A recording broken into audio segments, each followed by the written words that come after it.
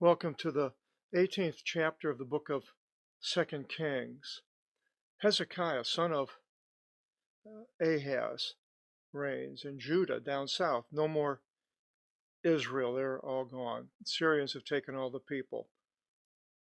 And it came to pass in the 3rd year of Osea, son of Elah, king of Israel, when Hezekiah, son of Ahaz, king of Judah, reigned. Well, Israel is going to disappear in a few years here. And he was a son being 25 years old in his taking reign. And 29 years he reigned in Jerusalem. And the name of his mother was Avi, daughter of Zachariah. And he did the upright thing in the eyes of the Lord, according to all as much as David his forefather did. He did the upright thing in the eyes of the Lord. That would be something for us to learn from, to do the upright thing in the eyes of the Lord. The Lord sees everything that we do.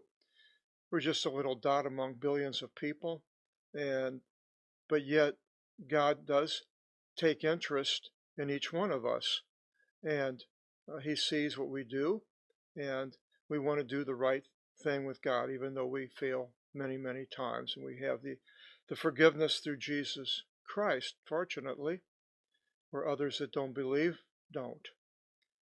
So we want to do the upright thing in the eyes of the Lord, according to all as much as David his forefather did. Now, David was not perfect, for sure. He killed a lot of people, and he murdered Uriah, the husband of Bathsheba, by putting him in the front lines of the battle and so forth. He removed the high places and broke the monuments. Stelos, you can add that to your English derivatives book, as I've mentioned many times. A stele is like a monument that goes straight up, like the Washington Monument in the United States. And he cut down the sacred groves where they were having these idolatrous rites. He cut up the serpent of brass which Moses made. For unto these days the sons of Israel were burning incense to it, and he called it Nehushtan. This was the serpent of brass that was set up when the serpents were biting the people and they were dying, cried out to God, and God had Moses make the serpent of brass, and whenever the people would look at it, then they would not die. And Jesus mentions about him being the serpent of brass. But what were they doing? They put this up and they were burning incense to it, which they weren't to burn incense to another god, but yet they did. And I think about some of the major churches, denominations in the world, the two biggest, do they burn incense to idols, to these saints and statues and so forth? I'm not an expert on these churches, and I don't exactly know what they do. I have never been to if I've ever been to a service, I can't remember. But this is not something that we are to do. God set it up originally to be looked at, but they made it into more of an idol. And seems like the same thing may be happening in some of these churches. They look at the good things of these saints or people and so forth, but yet now they're burning incense. They may be, if they're doing that, into idols or icons. An icon is another word that is two-dimensional rather than three-dimensional. A three-dimensional object, you can walk around it. That's an idol. And the Roman Catholic churches have these statues, and you can buy them in their stores and so forth. Now, the Orthodox, Greek Orthodox and other Orthodox churches have what they call icons, and they're not three-dimensional. They're reliefs on wall. They have a form to them on the wall, but they stay on the wall. Or they may just be a painting on a wall, and they're called icons. We get the word, it's icon in Greek. We get the word icon.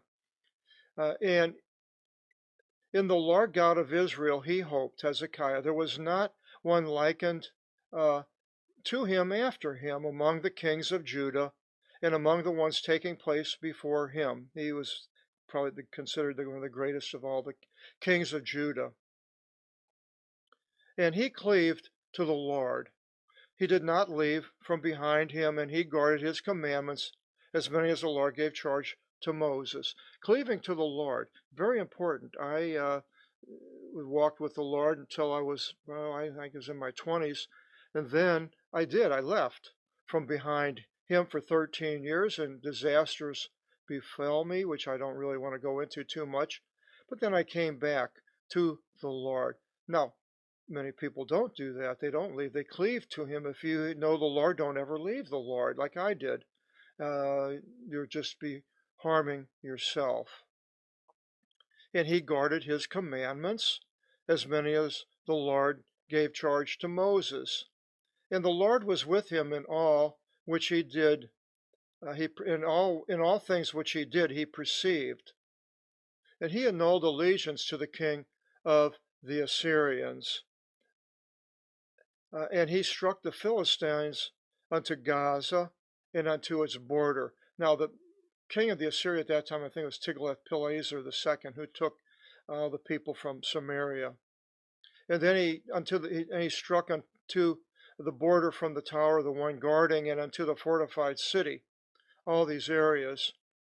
And it came to pass in the 4th year to King Hezekiah, this is the 7th year of Hosea, son of Elah, king of Israel, ascended Salmanasar, king of the Assyrians. And Tiglath-Pileser was earlier with King Menahem and Pekah, and now he's gone.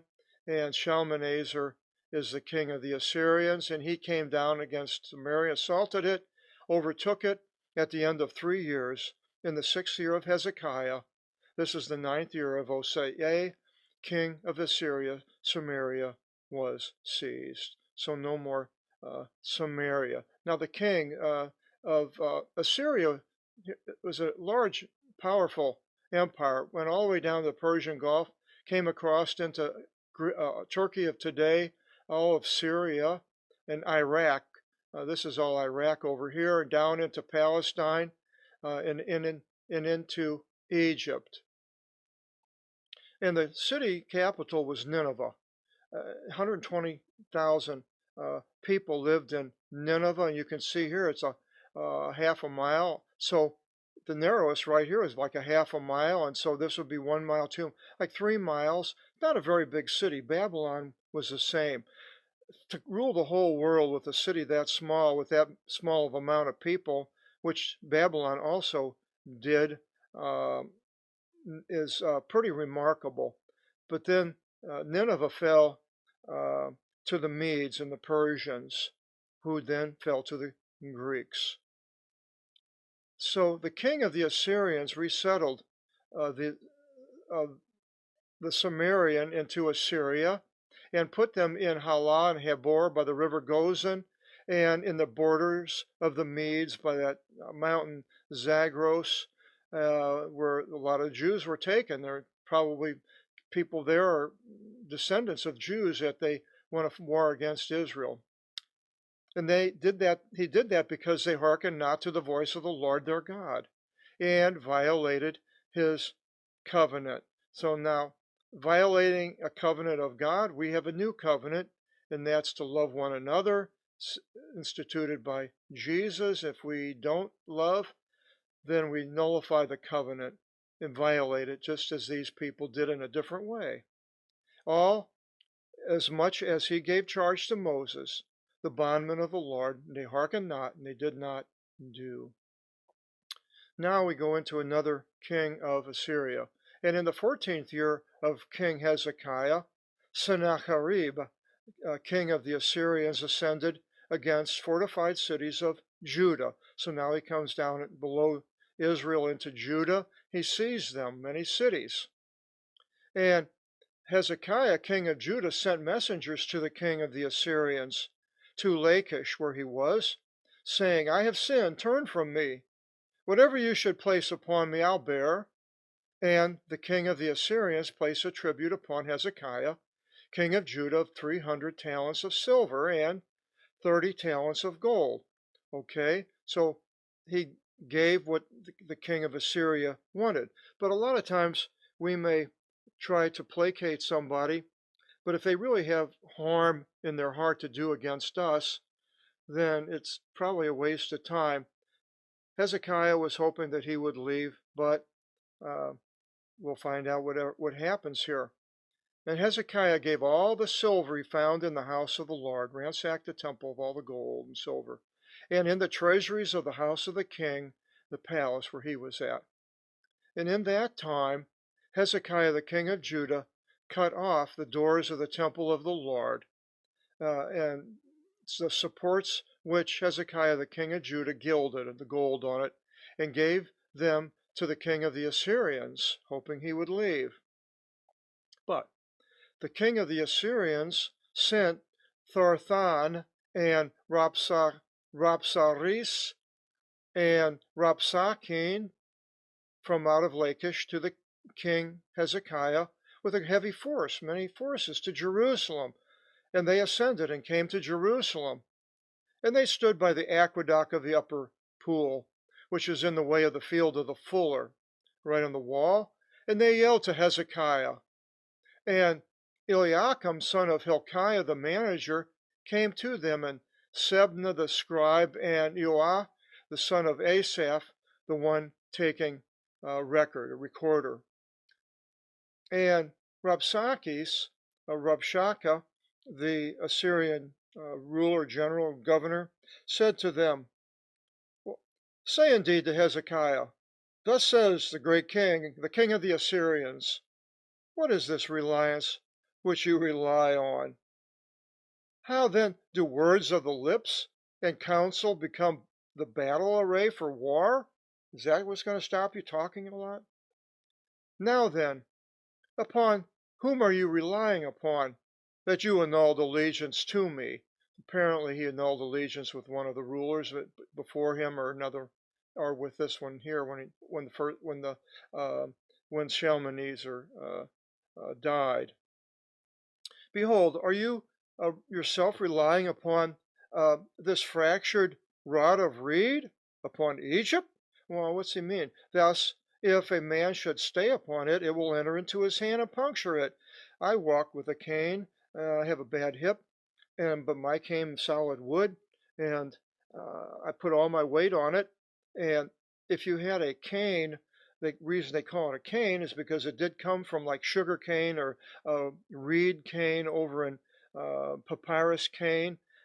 They cut these, made them into something that you could walk with. Well, if you fracture these or bust these, this cane, it shivers off into a bunch of pieces like this at the end. I was in Brazil and they had sugar cane and they beat it, run it through a machine, and it spreads out, and then the sugar cane falls into a jar and you drink it. And so if you had a cane was like this and it broke, then those pieces would come up in your hands on top. Oop, hit my Mac, and it would go into your hand and puncture it. That's what he's talking about. Is that who you're relying upon? Because this cane came from Egypt. Thus is Pharaoh, king of Egypt, to all the ones relying upon him. He's not trustworthy. And if you should say to me, well, upon the Lord our God we rely upon, that's Kyrion, or Kyrios in the nominative. Is it not he that Hezekiah removed his high places and his altars? No, it wasn't. But this is what he's trying to bring out. And said to Judah and to Jerusalem, before this altar you shall do obeisance in Jerusalem, which is true, but this has nothing to do with who Kyrios was. Rabshakeh got it wrong. And now, mix in with my Kyrio. There's a master. See, it's a title. Kyrio, same as Kyrios, not a name. My master, the king of the Assyrians. Now, the Jews would like to make that word in the Hebrew a name.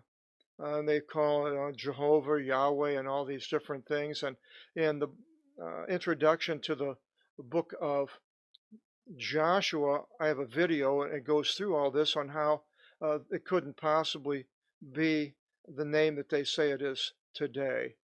And you can go and watch that video and it explains it all.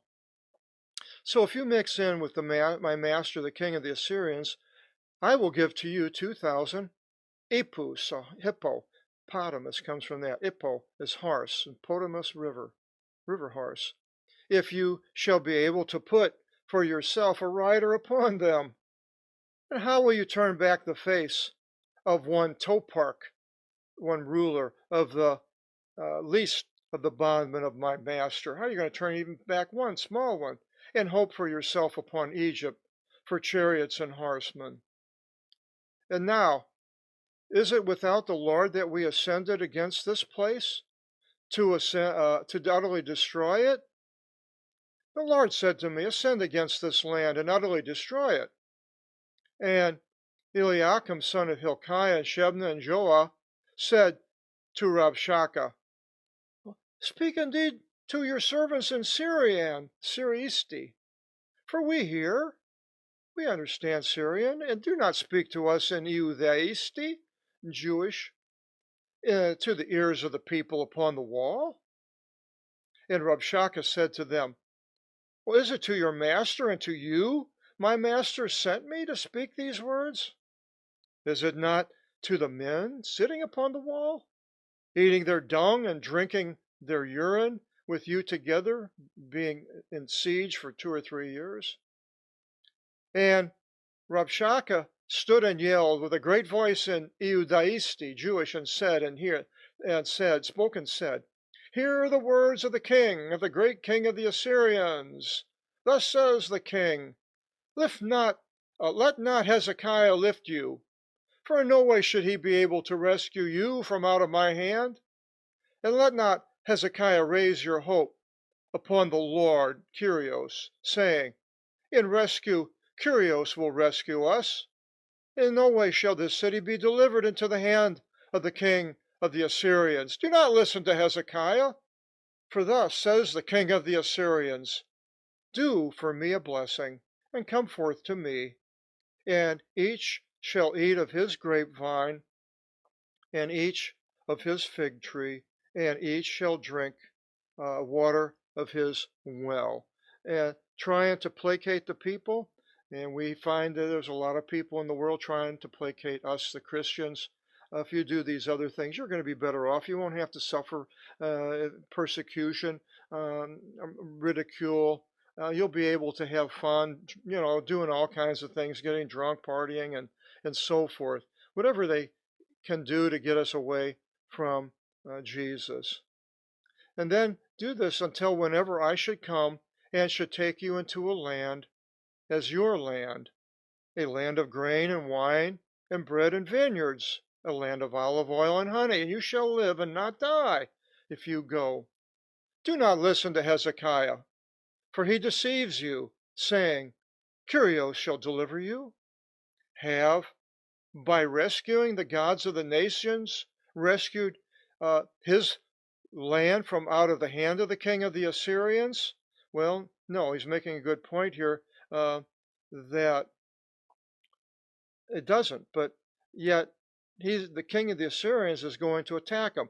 It's interesting. Now, why do kingdoms and nations and so forth want to attack other nations? Why did the Nazis want to attack all these nations in Europe? It's an amazing thing how in history these things occur, where one nation wants to come against another nation. It was really bad in Europe between the Spanish, the English, and the French and the Germans. And it continues in 34. Where is the God of Hamath and Arphad? Where is the God of Shepharvaim, Hena, and Ivah? Did they deliver Samaria from out of my hand? No. Who among all the gods of the lands is the one who rescued his land from out of my hand, that the Lord shall rescue Jerusalem from out of my hand? And they kept silent, did not answer him a word, the ones on the wall, because of the commandment of the king, saying, you shall not answer to him. So that is what we are to do.